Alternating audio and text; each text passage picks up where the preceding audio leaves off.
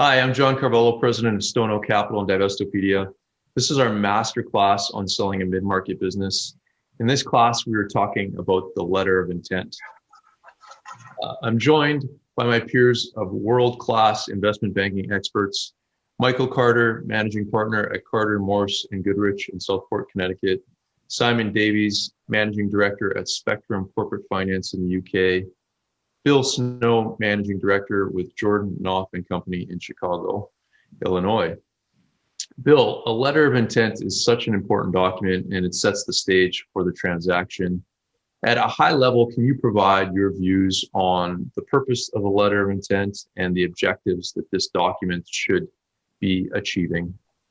Sure. The letter of intent sets up the final purchase agreement. It's not going to be as detailed as a purchase agreement, but it sets the main economic and financial considerations and so forth. The way that I liken a LOI is this is an engagement ring. You have promised to stop dating other people. You're not married yet. You're working towards that marriage date when the union is now finally official. Obviously, you're not going to be talking to other buyers. Any buyer, of course, would want to make sure that exclusivity is part of that letter of intent because the buyer is going to be spending a lot of money on lawyers and accountants and maybe some other consultants, environmental and so forth. And they want to make sure that the deal is not ripped out from under them right before they close.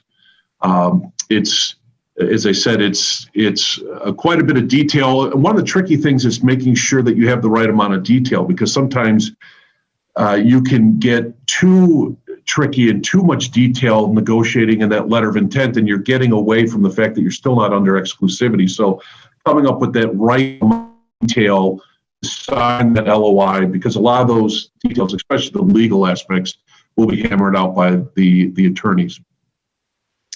Yeah. Michael, do you want to add to that? And there's a binding versus non-binding provisions within an LOI. It's typically overall it would be a non-binding document, but just talk about that, the binding versus non-binding kind of aspects within a letter of intent. Can I answer the other question? Sure. Yeah.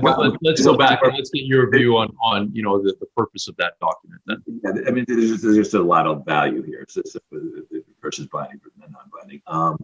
I would say that one of the things that we look at is this is your last opportunity to have leverage. So before a LOI is signed, the seller has a lot of leverage. You haven't picked the one who's going exclusive. So use the leverage. And once you go exclusive, I don't think in the history of M&A, someone said, wow, your numbers are better than I thought. I'm going to increase the purchase price. Okay, that doesn't happen. So this is something that you want to push the envelope when it comes to terms, conditions, valuation. And if there's a question, escrow to be decided. Well, what does it depend on? What's the range? Why can't you decide? What information are you missing? And maybe give them the information. So it's really the moment that that seller, for the most part, loses leverage. And that's just an important concept. Is what's the path to closing? And very often it just says, well, we'll close in 90 days. Well, and you don't want to wake up on day 89 and find out they're passing because of something they would have already knew on day one. Or if it's subject to bank financing, well, you should be able to get your bank financing in 45 days, set that in the path. So we like to have a real schedule in there. I think our firm has a bias toward longer LOIs, negotiate these things now at this point in time. For the most part, they know about 90% of what they should. And so we don't want to leave it to dueling lawyers or who's got the, who's got more motivation to resolve it, problems at post LOI. And so those would be, I think, the key issues that I would highlight.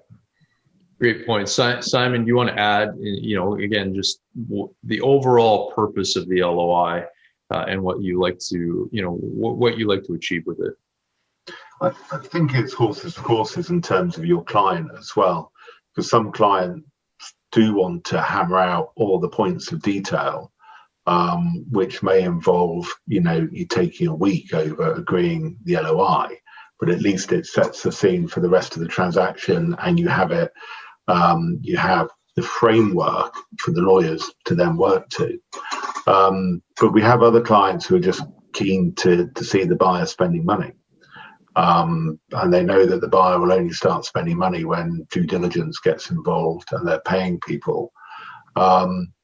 Plus, it depends what you're trying to negotiate, because if you're trying to negotiate a normalized working capital target and the ins and outs of that, they probably have to do their financial due diligence first, or you have to have provided them with a vendor due diligence report or quality of earnings report so they can actually make the right assessment. Otherwise, they're not going to get to a level that you really want them to, because they're always going to factor in an element of prudence around the risk of agreeing to something that isn't right. But it should also be remembered that you can try and agree as much as possible, and all that does, it gives you a moral high ground because it's a non-binding letter, and it's easy to point back to it. But as all buyers will say, well, we've done our due diligence now, things have changed, we have a different perspective, and we're going to come back and negotiate on those things. It gives you the right, the moral right to walk away or to stop that negotiation. But it's not binding in that sense.